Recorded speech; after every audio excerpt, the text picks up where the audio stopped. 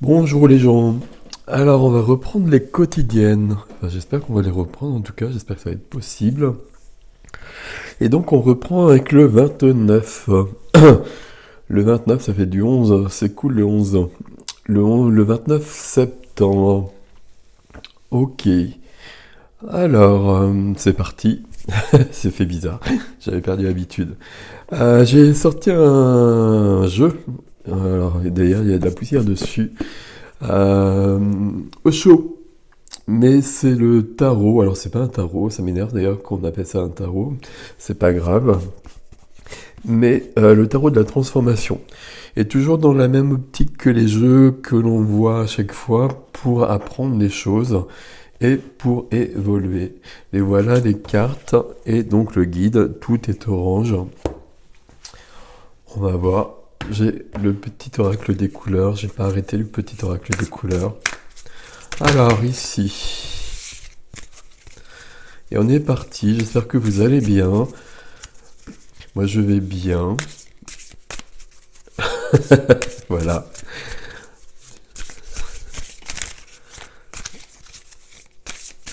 Alors, je vais juste prendre un petit de temps pour bien les mélanger, mais c'est celle-ci qui vient. Parce que celui-ci, ça fait très longtemps que je ne l'ai pas utilisé.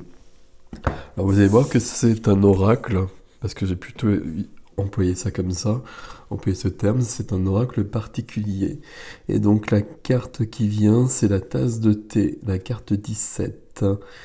Et je n'ai pas de petit tréteau, et donc je vais bouger, et je vais en prendre un, mais j'ai le micro, est-ce que j'y arrive? Oui. Parce que donc c'est le même système que pour les autres oracles que je vous ai présentés. On va aller voir la leçon. Et donc on est chez Osho, donc on est évidemment dans une grande sagesse. Alors, la tasse de thé, quel est le message de cette carte avec cet homme et cette tasse de thé? Les origines du thé, les paupières de Bodhidharma. Les paupières de Bodhidharma. L'état de conscience grandit avec la sensibilité. Ayez davantage de sensibilité dans tout ce que vous faites, pour que même une chose banale comme le thé. Connaissez-vous quelque chose de plus banal, de plus ordinaire que le thé? Non, c'est impossible. Pendant que les moines et les maîtres zen ont transformé cet acte ordinaire en quelque chose d'absolument extraordinaire, pourtant les moines et les maîtres zen ont transformé cet acte ordinaire en quelque chose d'absolument extraordinaire. Ils ont su relier ceci et cela, comme si Dieu et le thé n'étaient qu'un seul et même phénomène. À moins que le thé ne devienne divin, vous ne le serez pas vous-même, car le moindre doit être élevé au rang du meilleur. L'ordinaire doit devenir extraordinaire. La terre devenir un paradis. On doit les réunir. Il ne peut y avoir aucune séparation. Ils doivent être réunis. Et après, donc, il y a l'histoire de la carte en l'occurrence. Et le thé fut découvert par Bodhidharma, le fondateur du Zen. Et c'est une belle histoire. Il méditait depuis 9 ans face à un mur, 9 années. Alors, je vais pas tout vous lire comme à chaque fois, sinon on va pas s'en sortir. Et j'ai toujours des petits soucis avec les allergènes. Alors, il méditait depuis 9 ans, mais je vais quand même vous lire parce qu'il y a une histoire. Et donc pendant ces 9 années, il méditait et tout le temps. Et il luttait contre le sommeil. Le sommeil métaphysique, le sommeil de l'inconscience. Il voulait rester alerte même pendant son sommeil. Il voulait que son état de vigilance reste constant. La lumière devait briller de jour comme de nuit, 24 heures sur 24. C'est cela la nature de Dhyana. Un Dhyana. Dhyana de la méditation, l'état de vigilance. Et une nuit qu'il sentit qu'il s'endormait, qu'il lui était impossible de rester éveillé, se coupa les paupières et les jeta. C'est pour ça qu'il n'a pas de paupières ici. Et c'est pour ça que ça s'appelle comme ça sur le guide. Pour atteindre la vision intérieure, pardon, justement, surtout intérieure, et pas extérieure, il faut renoncer aux yeux tournés vers l'extérieur. C'est le prix à payer. Ça fait penser un peu à l'histoire de d'Odin qui s'est sacrifié pour euh, avoir le don de clairvoyance. Et qu'arriva-t-il? Quelques jours plus tard, il découvrit, pardon, j'ai du mal à lire, excusez-moi, il découvrit que les paupières qu'il avait jetées au sol prenaient racine, et ces jeunes pousses devinrent le thé. C'est pour cette raison que lorsque vous buvez du thé, quelque chose de Bodhidharma pénètre en vous et vous empêche de dormir. Bodhidharma méditait sur la montagne Ta, T''A, d'où le nom de thé. Il vient de cette montagne où Bodhidharma médita pendant 9 ans. C'est une parabole. Alors c'est intéressant que ce soit dit comme ça, parce que voilà, il n'y a que des paraboles dans cet oracle. Quand un maître zen dit de prendre une tasse de thé, en réalité, il vous dit de vous souvenir de Bodhidharma, de ne pas vous soucier de ces questions, à savoir si Dieu existe ou non, qui créa le monde, où se trouve le paradis et l'enfer, quelle est la théorie du karma, de la réincarnation. Non, quand un maître dit d'oublier tout cela et de prendre une tasse de thé, en réalité, il affirme, mieux vaut devenir plus conscient, oubliez toutes ces sottises, elles ne vous seront d'aucun secours. C'est très intéressant ici. Euh, Moi, ça me fait penser. J'ai beaucoup de gens qui m'envoient des tas de vidéos qui viennent de toute provenance. Et il y a des vidéos qui sont très intéressantes. Il y en a qui sont pas du tout intéressantes. Et j'en regarde aucune en fait. J'en regarde aucune parce qu'on n'a pas besoin de tout ce savoir. On n'a pas besoin de. C'est notre ego qui est toujours à l'ouvrage. C'est notre ego qui demande toujours des connaissances là où on n'en a pas besoin. Là, on a juste besoin d'être. Donc voici l'histoire de cette journée 17, la tasse de thé. Ok, bon. Voici la petite parabole, la petite leçon du 29 septembre. Et on commence avec notre guidance ordinaire. Donc j'ai toujours mon jeu de couleurs parce que vous savez que je ne peux pas m'en passer.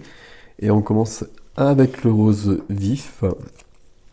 Mon cœur est relié à la vie. Il me permet de connaître mes responsabilités, mais aussi de sentir que je ne suis jamais seul.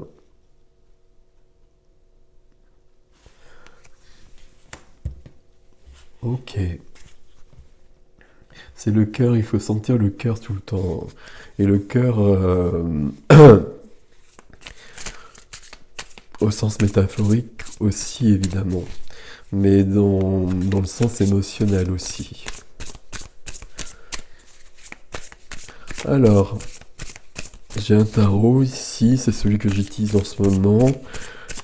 Celui qui doit être dans les vidéos astro, je crois. Hop.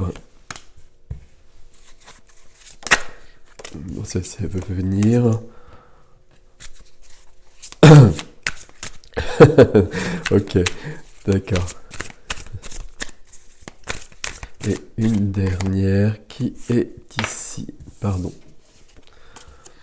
Ouais, magnifique.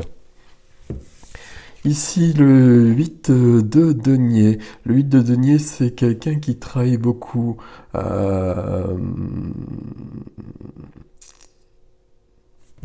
Alors, je vais pas vous expliquer les cartes en fait, parce que ça fonctionne pas comme ça et je fonctionne pas comme ça. Le 8 de denier ici demande de travailler sur soi pour faire sauter les peurs et pour ne pas mettre de barricade entre soi et le monde, entre soi et les autres, et entre soi et soi, d'où cette notion ici justement. Et à partir de là, la magie devient possible. La magie, la carte du magicien, c'est vraiment tout est possible. C'est la carte de l'alchimiste. Le magicien, il possède tous les outils. et il peut absolument tout faire. D'où c'est lemniscate au-dessus de lui, au-dessus d'elle, peu importe. Mais ici, tout est possible.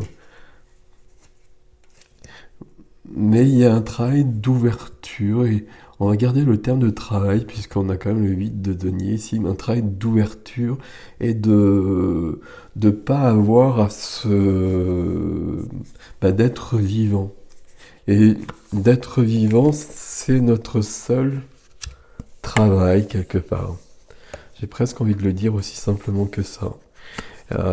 Et de rester vivant. Et de rester vivant dans tous les sens du terme, mais aussi, bien évidemment, vous le comprenez, dans le sens où on reste ouvert à tout ce qui se passe et à tout ce qu'on nous offre. Et on reste ouvert aux choses, aux belles choses, mais on accueille aussi des choses qui nous plaisent moins. Et les deux nous font avancer. Ici, au niveau c'est les messages de ton âme, à la carte donnée. Tu donnes beaucoup trop aux autres. Aujourd'hui, la priorité, c'est toi, tes besoins, tes envies. Donne-toi tout ce que tu attends de l'autre, tu es seul maître de ton bonheur. Il y a une question ici d'être très très vivant. Je sais pas comment le dire autrement. Euh, et surtout de pas chercher à se... Alors il y en a deux, je vais enlever. De pas chercher à se... de pas chercher à se protéger, de pas chercher à se couper des autres,